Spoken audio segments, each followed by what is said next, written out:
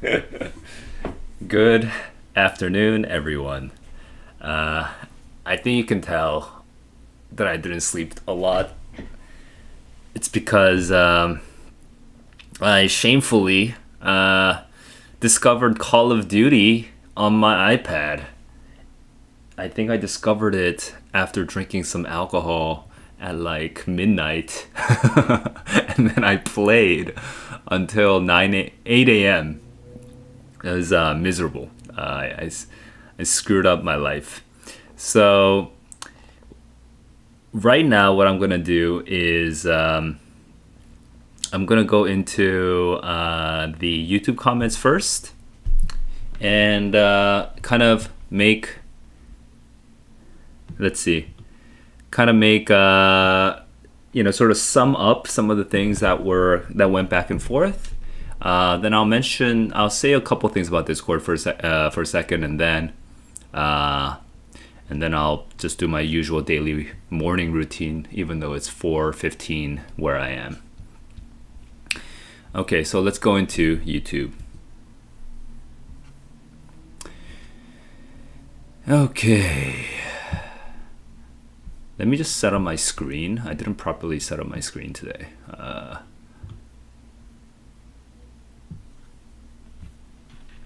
Okay. So good.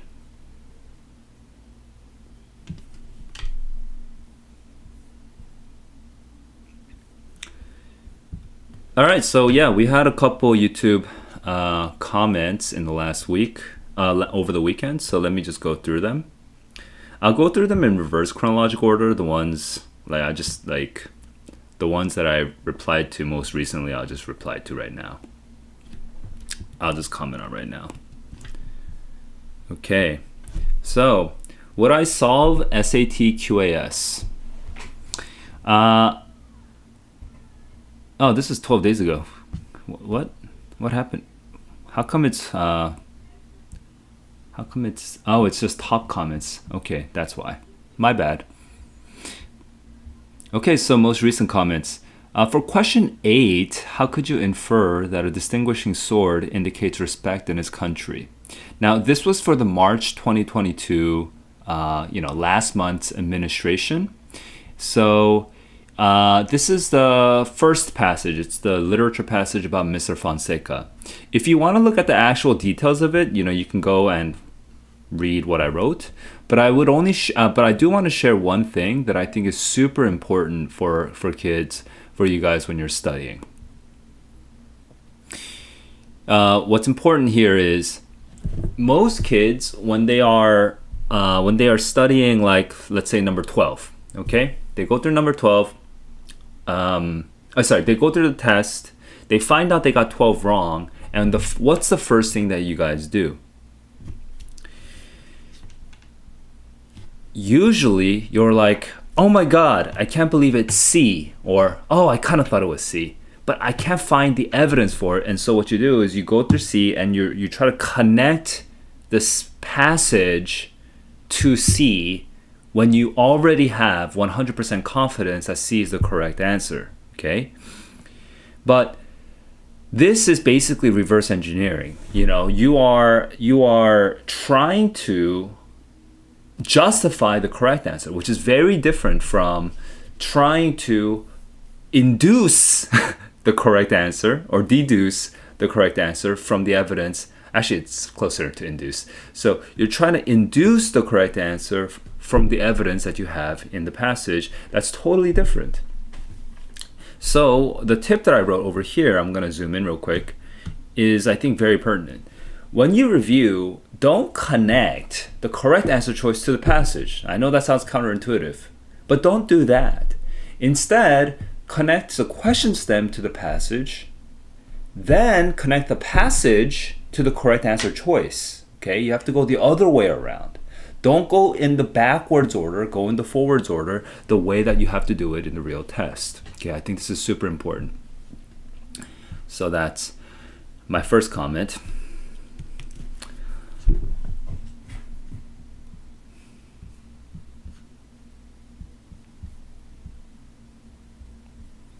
Okay, And now I'm gonna go into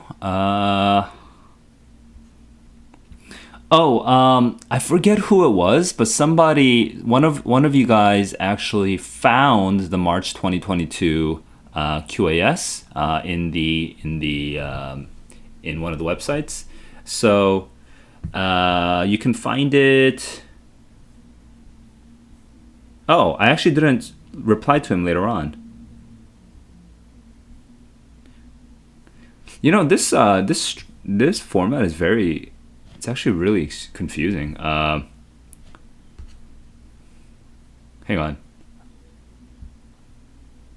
I want to filter it. I want to filter it to newest first, but where's some of the things? I'm like super confused because there were other comments. There were other comments, but I can't find it right now. And also, it doesn't scroll down very far. Maybe turn this off. Held for review. What? I can't find a better way because there were other comments that came in, that came to me. There were other comments that I noticed over the weekend. But how come it's not here? Anyway, I'm gonna go and actually share this link to the other student over here.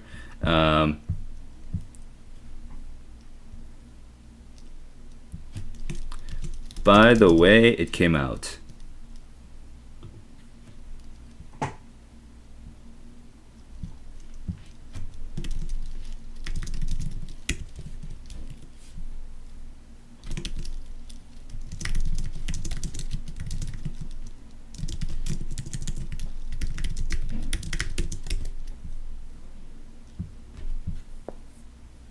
Okay, so I'm just sharing this with this student. Okay, yeah, so I don't think I received any other questions. It looks like. So I'm gonna move on. I wish I could see more comments in this. Like, where's all the other comments? It's extremely confusing. I want to see. Oh my god, I'm on the comments for this one thing only. That's why. Oh my god, so stupid. Okay, I apologize, guys. Here we go. This is for the whole channel. There we go. Okay. I didn't know that was a thing, but now I'm in the comment section for the whole channel. And I'm looking for all published. Right. So when you review, I already said that. Could you do the math calculator section? Now, this is actually a little shocking to me because I'm so bad at explaining math, but some people are telling me that they actually want me to do the calculator section as well. So there are two of you guys who want me to do the math calculator section, and I'm currently trying to just move on from it. If you hear this and if you still want me to do the math calculator section, please let me know.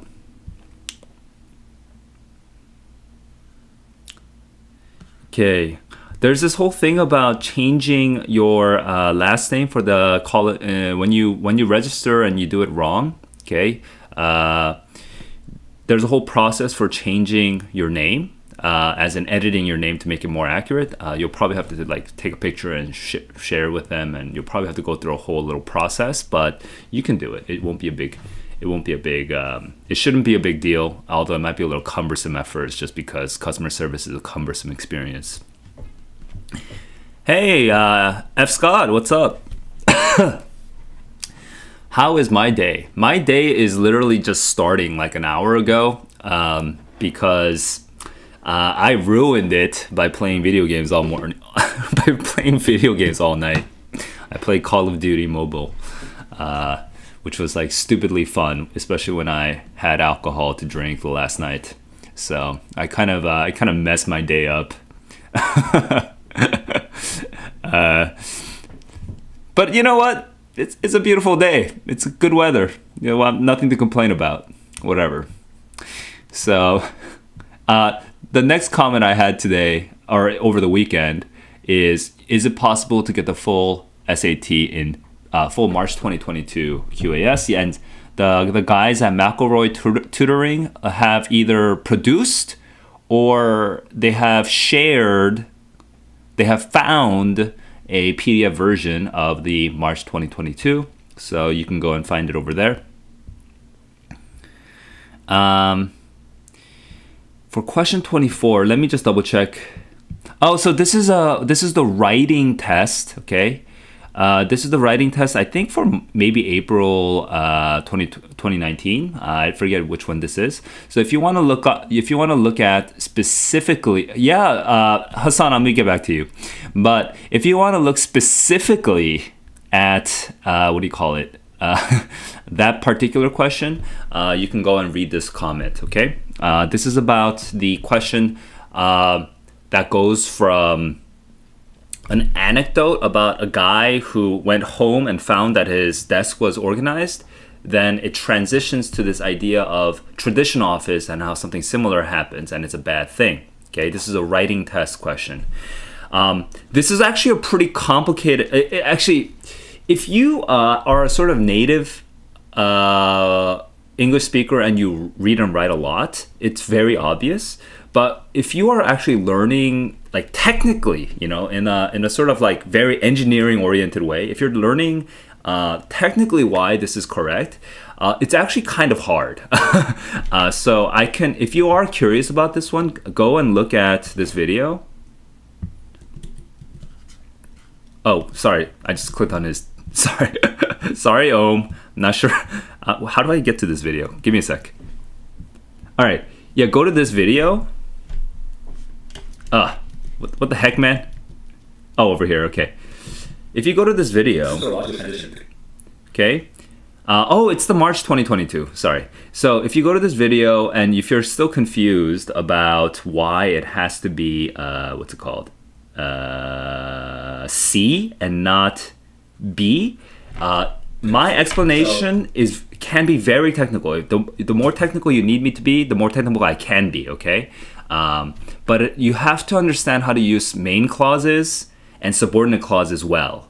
And this is not something that most grammar teachers teach explicitly. They only teach how to subordinate, how to coordinate, okay? They teach you how to do it, but they don't tell you really why it should be one way or the other. So I can talk about that if you guys are curious for question 24 in March 2022 writing. So that was the other question comment that I had. Now I'm looking at the comments now. We have Hassan.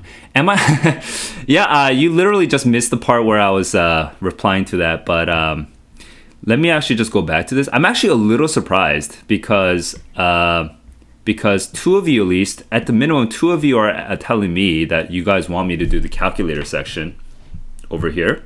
And I'm just shocked because I'm actually really terrible at explaining math. I'm trying. I tried, but I got stumped, and I my thoughts were all unorganized. It was so bad. But if three of you want it, then it sounds like I probably should do it. So maybe I'll do it today.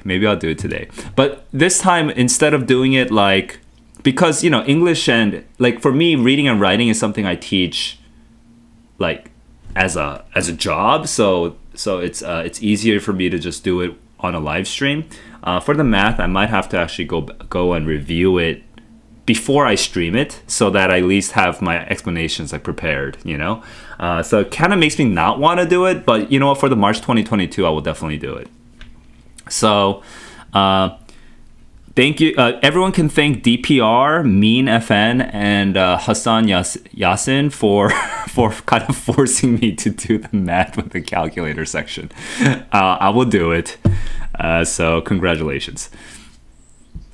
Okay, so Alpha, how can I improve reading? I got 560. I'm a 9th grade international student. Well, wow. Let's just start with your starting point. If you're 560 and you are not an English speaker, you're not even a native English speaker, and you're only in 9th grade, there's a lot. I think the wow is the first thing to start with. Wow, you're not doing badly. Okay, you're on a good track. So there's two ways of answering this, and I'm actually going to just reply to you directly. Let me change up my video. There's two things to, I think, keep in mind about this question, okay? The question is, how do I improve generally my verbal abilities? And there's a sort of short-term, sort of test-oriented approach, and then there's a more long-term oriented approach. I'm going to focus more on the long-term oriented approach because you are in ninth grade. But the short-term approach, and I don't remember in which stream I spoke about this, but if you really need to understand your reading a little bit better, this is a crazy idea that no one. Will sound like a crazy idea because no one ever recommends this, but it comes from my experience learning things, and it connects probably to your experience learning things. When you learn to, for example, golf, when you learn to play, tennis, when you learn to go rock climbing, when you learn to play video games, what do? You watch other people do it, okay? It's excruciatingly obvious what you do when you are trying to learn other skills. So why don't we do the same thing with reading? It's because for some reason, reading is in this sort of mystical space where either you're good at it because you just read a lot, or you just sort of do it. It's like there's no real scientific rigor around this.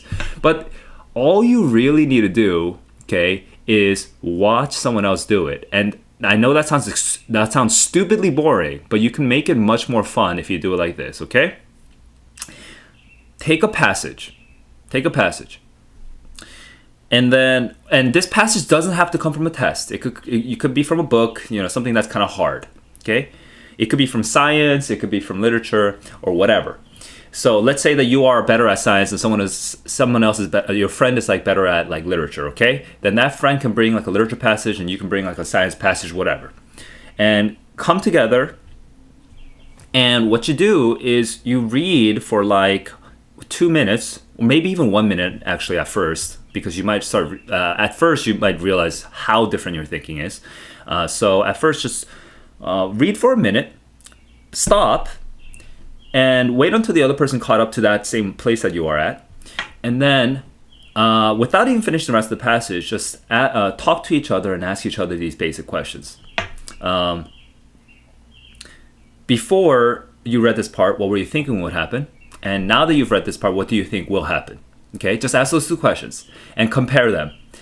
What you will realize is that people who are good at reading are thinking totally different things from what you are thinking.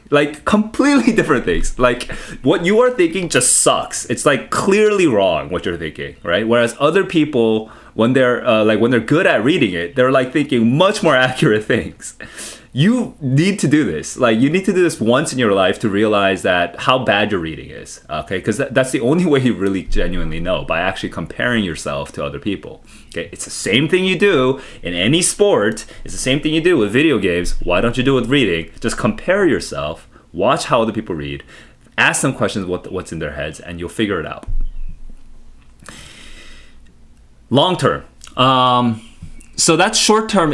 Just learn how, where you are with actually, I guess both of this could be long term. So I'm not even going to divide it up that way. But this is just talking about a test taking orientation, right? Reading a passage and understanding it. So that's what I mean by short term. Long term. Here's something else you could do. Okay, I'm actually going to show it to you. When kids study vocabulary, they tend to just study definitions. Okay. They tend to study definitions, but it's not that good to study definitions because definitions are not how reading works. Usage is how reading works. What's the definition? What's the difference between usage and definitions? Definitions is just synonyms, basically. Okay, and usage is how you actually use it. So let me actually show you what I mean. Over here, agonistic, okay, means agonistic is a definition here. I'm looking for a definition. Okay, so agonistic. I'm gonna go with C because I don't know this word at all, but I think it's C. Okay, and I know this. I kind of guessed it because the word agon, okay, in the Greek refers to like struggle, like wrestling. Yeah, so I kind of could guess that one. Okay, but here now we're getting closer to usage. Okay, proponents must provide positive evidence in favor of their new theory. So, not optimistic, because that's what positive could mean. But now we're focusing on the usage of this thing. Undeniable, charged. I'm gonna go with. Ooh, this is tough. I'm gonna go with undeniable. Okay. In this question, positive an adjective that means impossible to deny or disprove. See, you might not have known that positive has that connotation, but it does. So if you want to improve your verbal abilities, a lot of times what happens is kids think they just need to learn thousands of words. Terrible. If you want to improve your actual verbal abilities, you really should be thinking about how can I use this word in the way that good English speakers and writers use this word. And you'll learn that most words can be used in more than one way. And so you have to learn to have a relationship with every single one of these words that goes deeper and deeper. Instead of just being like, oh, I know this word. This means the opposite negative, and then just be done with it. Don't think that. Try to develop long-term relationships with these words where you understand how these words are used in different contexts, and try to use these words all the time in your own daily speech and in your writing. Anytime you learn a new word, just use it. Agonistic, I just used it. I just learned it. Now I'm probably going to use the word agonistic sometime in this stream just to force myself to use it, to make it mine, okay? And you do the same thing. If you keep doing this every day, or if you keep doing, like, if you learn one word every day for 2 years, you're going to be at the top 1% of your class. If you learn how to use one word, not the definition, but if you learn how to use one word every day, you're going to be at the top of your class after 2 years. So that's a long-term thing. And vocabulary.com is really great for this. Besides that, you want to keep reading and stuff like that. So just do all your school readings. That's the way I did it. I just did all my school readings. I studied for AP. I studied for AP Lang. And I basically didn't really study for the SAT. I just kept reading for all my school readings. I didn't cheat any of my school readings. And I tried really hard when I did read them. And I kept working on my vocabulary little by little. And lo and behold, my PSAT kept going closer and closer. And by the time I took the SAT in October of my junior year, October of my senior year, right? Because I wasn't really stressed out about it so much. So I took in May of my junior year the AP Lang, and I kept studying for the AP Lang, right? And then by October of my senior year, at the beginning of my senior year, I just took the SAT and I got an 800 on the reading and the 800 on the math because I was good at math. So I got those just by studying for AP Lang, by doing all my readings, and just working on my vocabulary little by little. And every time I learned a new word, I tried to use it. Like I had a friend named Blaine, and he had sort of like droopy eyes. It's like, Blaine is blasé, just like using those words as much as possible. All right, so blasé. Okay, bliss versus blissful. I remember Blaine told me that I was using the word bliss wrong because I was using it as an adjective, and I was like, oh no. So then I learned that blissful was actually the adjective form of bliss, right? You have to force yourself to make these mistakes. Like, use the words in the awkward way first, and then go and look it up. Learn to use vocabulary.com. Learn to use the resources that are out there for getting a deeper relationship with words. Now I'm going back to some of the comments. How can I improve reading? I gave a pretty long answer, Alpha. I hope that helps. Hassan, oh, thank you. Yeah, no problem. I mean, yeah, I really didn't want to do the math, but I'll do it. 2025. Oh, that's out of total scores, I assume. Okay, yeah. Yeah, I mean, Alpha, I wouldn't worry too much about maybe you really want to finish the SAT right now, but you have 2 years for your brain to keep developing. And during those 2 years, you're going to be reading like, Macbeth and like I don't know, great expectation. Like you're gonna be reading all these books, right, during those couple years, so you can keep using those books to nourish your brain. Okay. Depends on how much you trust your English teacher. If you don't trust your English teacher, then whenever you read, like for example, whenever you read something in school for your literature class, if you don't fully trust what your literature teacher is saying, because sometimes that happens, just watch stuff on YouTube, learn more about it on your own, and it'll help you. And let's see, is there a minimum SAT, ACT? Ooh, I'm not a great. Oh, you're business school. Okay, business school. Hang on, what are you? Oh no, you're not talking about the MBA. So you're just talking about college. So first of all, University of Chicago does not have a business school. It has it's just it's just a college. It's not like Penn. Okay, Penn has Wharton, right? University of Chicago has a very famous business school for MBAs, okay, which is focused on quant finance. Is really famous for quant finance. It's it's not super famous for. I'm not super sure about the other aspects of the MBA program, but it's really specifically good at the really numbers heavy quant finance. I know that, but that's a graduate program. If you want to get a minimum SAT, ACT score, that really depends on you, right? The reality is that are you domestic? Are you a U.S. citizen, or are you international?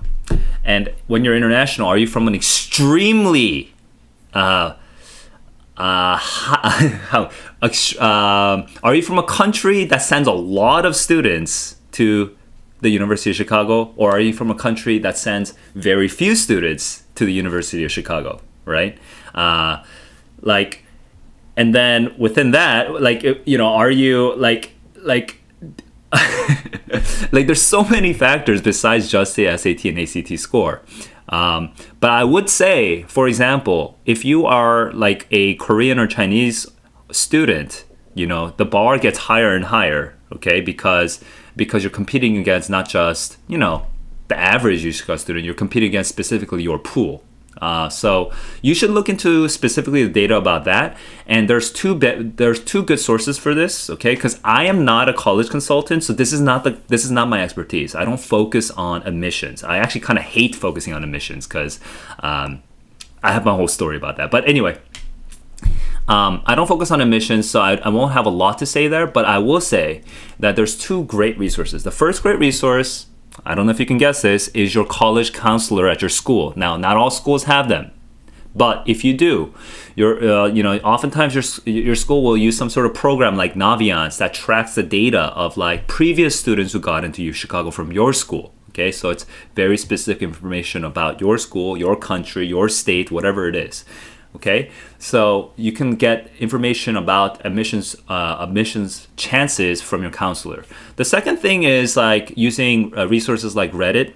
There's like ChanceMe, so look at some of the other kids who have similar background as you and find out if they got into UChicago or not. College Confidential also does this, so Reddit and College Confidential both do it. I actually don't know which one's more popular these days, just because, again, this is not my focus. But if you guys know, let me please share in the comments below, or please share in the chat.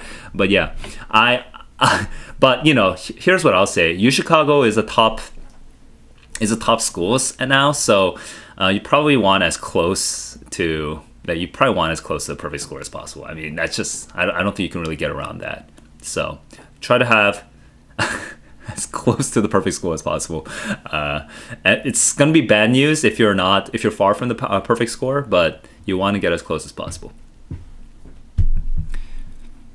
Do colleges care if I get a 1500 from Superscore instead of getting in one test? They say they don't, and I would say because take this with a grain of salt, okay? I am not a college admissions expert because it's not my focus. Okay, my focus is on developing skills for reading and writing. Actually, the genuine development of those skills. Okay, that's where I get passionate. That's where I am excited. Okay, so I am not super excited about the numbers game of like, oh, I'm gonna if I just do this and this and this and this, then you're gonna get into college. Like that's not really my area of expertise. Okay, so I will not tell you a strong answer. I will just tell you my gut feeling. Take it with a grain of salt. Do colleges care if you get a 1500 from a Superscore instead of getting one test? I'll tell you. Oh, but I do have a friend in college admissions, so I kind of know rough feelings, okay? But here's what I'll say. Look, if you look like the kid who took the SAT 5 times over and over and over and over just to make a single score, and as a result, all of your summers and your winters and everything else, you didn't really do anything else. You're sort of you're sort of like an empty human being. Like, you didn't really do anything with your life, okay? Then you might get that 1500 in the Superscore, okay? You might get that 1500 in the Superscore, and that might feel good because it's a number, okay? It feels factual. But you might still lose out to literally the same kid, okay? Another Hassan Yassin, okay? You might lose out to another Hassan Yassin who just took it twice, got a 1470, but instead, with all of his free time, what he was doing was he was building a computer program for blah, blah, blah, right? Like, that Hassan Yassin is going to be much more impressive because that Hassan Yassin was doing a lot more with his time instead of just like optimizing for a single number, right? So there is a sort of balance there where you want to like give the SAT a good enough effort that you get a great score to brag about, but you also want to be using your time well and growing as a person, and the kind of kid that like all of your counselors and all of your teachers are like, yeah, this kid is destined to be at your school. Like, you want to have a life that reflects that score. You don't want just the score itself. So that's the sort of broad answer. Now let's get into the Superscore aspect of it. So yeah, I actually think it is beneficial to just be able to be like, yeah, this is what I got. This is the whole test. It's not a perfect 1500. It's the whole test. I took it twice, maybe 3 times. Okay, and here's all the other crazy shit that I did with my life. Look at what else I did. Like, I'm an awesome guy. I'm going to be doing weird and cool and quirky and fun and interesting and research heavy and intellectual stuff at your place too, because that's what I do with my life. And the SAT is just one part that I had to do to prove to you that I'm intellectually at the level that you are expecting.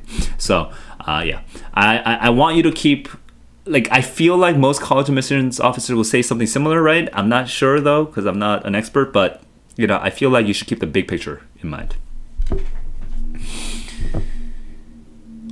Was Chicago Chicago admissions offices? So for me, when I was in school, in high school, I was a very, very curious kid. So I loved learning things. Didn't have to be practical. Okay, so I know sometimes on like Facebook or like TikTok, there's all these memes about, oh, they don't teach finance or taxes in our classes. Screw school, right? There's stuff like that. I was the exact opposite. I was like, teach me Latin. I wish our school had Latin. I want to learn Latin, right? I want to learn this dead language that no one speaks. Like, I want to learn, like, I want to learn ancient literature, and I want to learn poetry, and I want to learn art. I want to learn anything. But like, I was really good at math and physics, right? But I want to learn other things, right? I want to explore. So I was sort of destined to be at a liberal arts school, a school that doesn't focus on practical, like not like Penn or Cornell, right? But I was destined to be at a school that really focuses on like just learning for learning's sake. So my top choices were kind of divided into 2. Okay, I was divided into the liberal arts colleges, so that's like Williams, Amherst, Swarthmore, Pomona, etc., etc. Okay, and then the liberal arts heavy universities, and the sort of the classic liberal arts heavy universities are the ones that were influenced by John Dewey, which were Columbia and Chicago. Okay, because they have something called the core, and I love the core. Okay, so I am actually one of the unusual Chicago kids who kind of loved the educational project of the core, and I specifically went to Chicago because I liked it. And And not all Chicago students love it. You know, they feel like Chicago is this very depressing school that people focus too much on the studying. But for me, it was exactly the right school for me. And I basically knew that as a high schooler. So was Chicago my top choice? Chicago was like one of my top choices. Because I'm an immigrant kid and my parents didn't have connections in school. I didn't really, all I had were these stupid books. You know, I couldn't even really pay to travel. I couldn't go visit the campuses when I was like in middle school or high school. I couldn't do that. So all I had were these like little books that were telling me about it. So I didn't really have a top choice. You know, I didn't have certainty, but I wanted to be at one of those schools: Chicago, Columbia, Williams, Amherst. Those are like my top choices. Hope that answers your question. Reading 5 out of 10. 5 out of 10 is probably not good, but it depends on the passage. Was that the history passage, and you know what did you get stuck on? It's too general to be like 5 out of 10. 5 out of 10. The score that you get on the question is like the latest. It's like the okay. It's like basically being like when you watch basketball, you don't actually watch the game. All you hear is that they won by 10 points or not. And so you're just trying to judge how good of a player you are by how many times you won, right?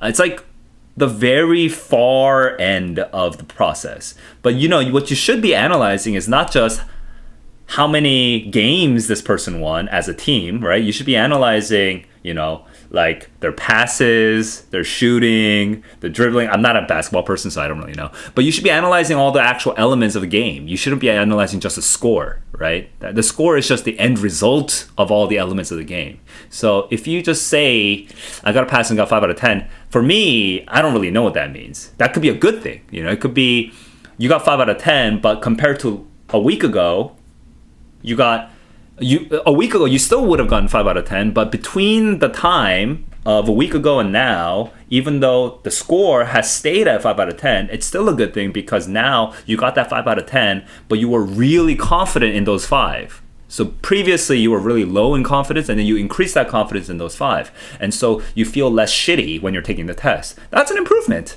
That could be a good thing. I have no idea though. So it's hard to comment on just that idea as a whole. You have the SAT in 2 days? Oh, you have the April school day administration?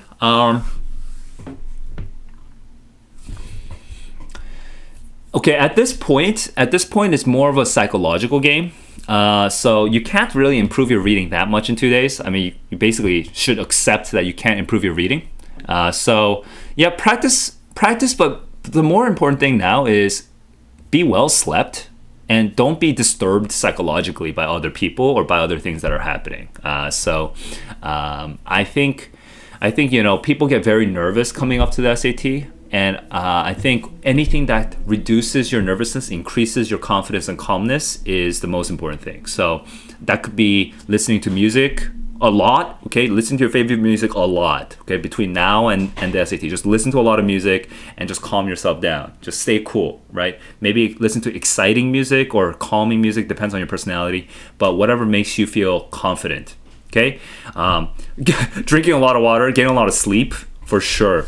Also, just accepting, you know, like, this is not the end-all be-all of my life. The SAT is only one part of my portfolio, and getting into college, that's only one part of my life. You know, just keep saying things like this to yourself. That keeps you calm. Don't say things to yourself like, if I don't get a 1500, oh man, I have to take it again. And if you keep saying that will actually increase your stress. It'll increase your it'll increase the likelihood you're going to make mistakes because you're going to choke. So just in the last 2 days, the main thing is the psychological game. Yeah. 4.1. So I think that's pretty solid. Again, Adam, this your question is actually really specific to the to you. So I think I said something to who was it?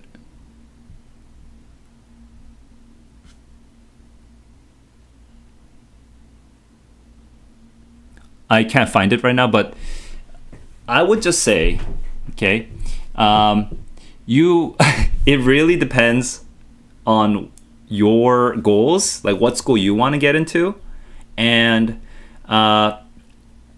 it really depends on like also how competitive of a pool you are from. Okay, so if you are a Chinese or Korean international student or Indian, I'd be like, yes, you have to. Like, there's no way around it. It's too competitive. Okay, if you're from a very prominent neighborhood in like New Jersey or New York, right, where everyone else has like where parents are throwing thousands of dollars, right, I would probably say yes, right, unless you're from like a really low income neighborhood with like right next to their neighborhood, right, but like I would say yeah, you probably should. So a lot of this it's hard to just generalize. There's no one answer for everybody, and that's why this is hard. Okay, part of the answer comes from your local neighborhood because you're competing against. In a way, I mean, I don't want to pit you against your own friends, but like, you know, you're competing kind of from the pool of the context of the person that you are, of the context of your life. If you're from a very privileged context, then your application will be viewed that way. If you're from a very test-oriented culture context, then you're going to be viewed that way as well. You're going to be competing against those kids as well. And if you're from like a sort of disadvantaged context where you're like the only person in the entire school that took the SAT voluntarily, right? Then that will also change how it looks. So that's the long answer. Short answer is this. I think you should take the SAT. I think you should take it 2-3 times. Give it the best score possible. And do cool and awesome things with your life. And when you take the SAT, I think it really helps to be like, hey, this is not the end all be all. In fact, I like the SAT. Say this out loud to yourself. I like the SAT. This is helping me actually improve reading because it's very exact about it. Unlike my school classes are sort of like loosey-goosey about it. Hey, it's a really good opportunity for me to learn to read better and to like learn proper grammar as well. My school didn't really teach this very rigorously, you know, and just be like, take it as an opportunity to grow and to test yourself. Take it 2-3 times. Be as chill as possible about it, and and be a good person that does cool things. You know, to do cool things, and I think that's the most important thing. Where the crawdads sing. Which books did my high school require? You know, I can't remember because there's multiple years, right? So there are some, like, you know, there's The Crucible. Everyone does that. Scarlet Letter. I think I did Death of a Salesman when I was in senior year. I did Gabriel Garcia Marquez, 100 Years of Solitude when I was in senior year. I did... what's it, 9th, 10th, 11th grade? I'm trying to remember 9th, 10th, 11th grade. 11th grade was AP Lang, so it was a lot more like speeches and stuff like that. But 1984 is the classic one. And we have... I can't remember them all. I mean, Edgar Allan Poe, you know, like some Robert Frost. You know, we have those poets. So there's it hasn't changed that much, except now there's going to be more new literature. So where the crawdads sing, like more like minority experience or more immigrant experience literature is going to be in the English curriculum these days compared to what I had. You know, what I had was tended to be more focused on things by dead what's it called, old dead white people or something like that, right? So my education focused more on that, but I don't think that by itself is that bad, you know, honestly, as long as you keep reading as a person. But yeah, my education was more classical in that way, and so that's the only big difference, I think.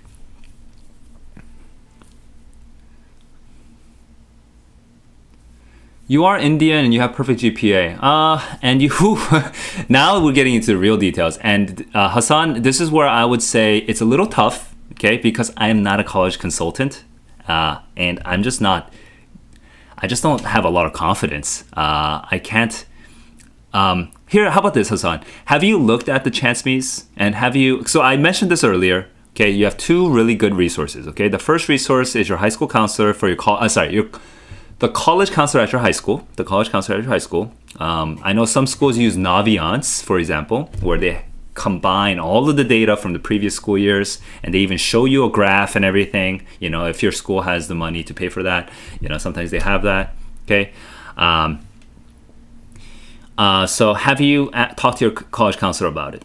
Okay. If you haven't, you know, your college counselor is free to talk to. Your college counselor might not be a nice person or whatever, but, you know, just you should knock on the door and you should try to force a conversation if you can.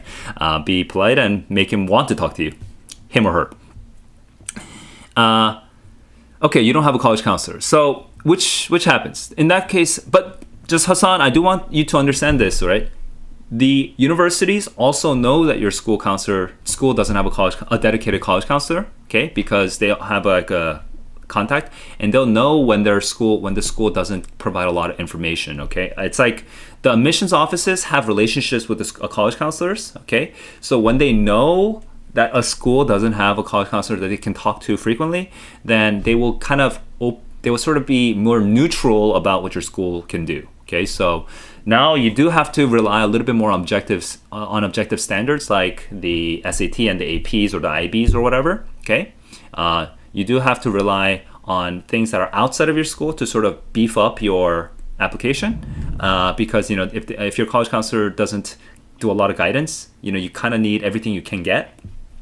And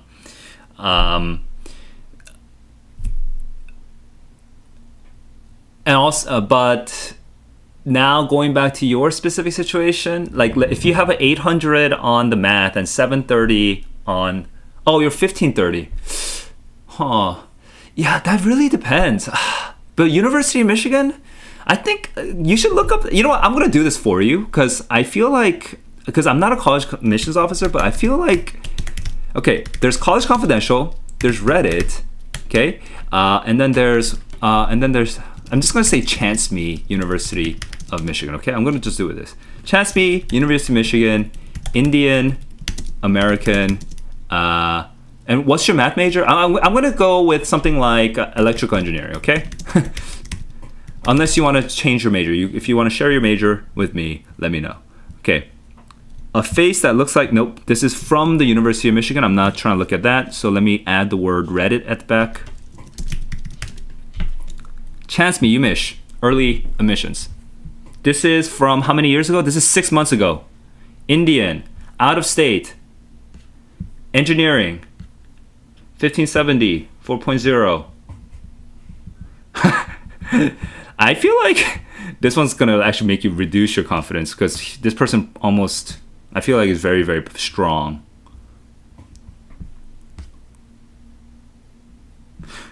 Okay. This person also only posted 6 months ago. So we also don't know if and then we don't know any news about whether he or she got in. Oh, he. Okay. So I would, you know what? If I were you and I didn't have a college counselor, I might just do the Chance Me. Just ask other people what they think. Then again, I don't truly know this community. It might be a very toxic community. It might be. So I don't want to recommend something I don't know. So I have two feelings right now simultaneously. What if these people are assholes? You know, what if they're horrible people that just reduce your confidence all the time? Like I'm kind of scared that that might be the case. So don't only rely on these people is kind of my initial reaction, right? But yeah, it might be good to just see who got into what school using what specs. Okay, like what their resume was. So those are Chance Me's. Also, I can go with UMich median SAT. The median SAT is 1430. Okay, and you got 1430. So I would say if you're Indian, you should be above the median. You should be closer to the 25th percentile. So let's look at this. Or above. So the 25th percentile, you probably want, just to be safe, I think you want to be, I'm just gonna make it up, really. But I think you, if you're gonna be like a math heavy major, you should get like a 800 on the math, and like or 750 above on the math, and then like and maybe like a 680 to 700 on the reading, something like that. So I think that would be a rough number that you can work with.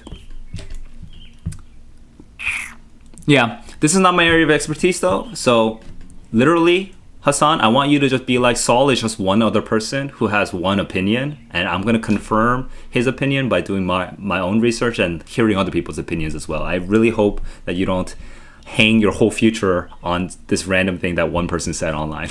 so as long as you don't do that, I think you'll be fine.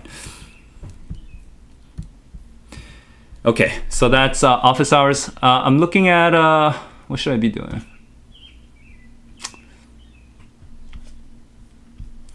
Let me make sure. Did I go over all the comments in YouTube? Let me just make sure I didn't do that.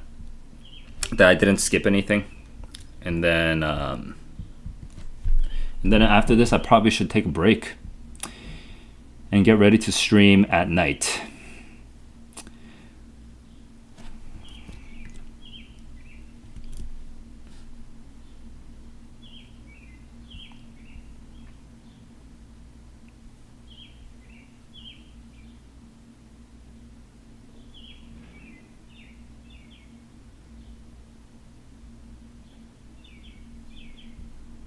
Okay, yeah, I kind of went over these. This one, I've already, actually, someone else basically said the same thing during the chat. Was that Alpha? I forget who it was. But the main thing is, with being a freshman, should you start studying right now? I don't necessarily recommend studying for the SAT in particular. I think doing well at school, but using the SAT as maybe like the PSATs, right? And then the SATs to just sort of benchmark yourself, I think that's good. So I wouldn't focus so much on the SAT personally. And then people are just being thankful. Yeah, okay, math. Okay, so... okay, and I think I've covered all the other comments in previous streams. So that's it for the comments. I want to do a bit of reading, but now I'm pretty pooped from the Q&A, so I think I'm going to go. If anyone else has any questions, you literally have 5 seconds to say anything. Otherwise, I'll see you guys in the next one.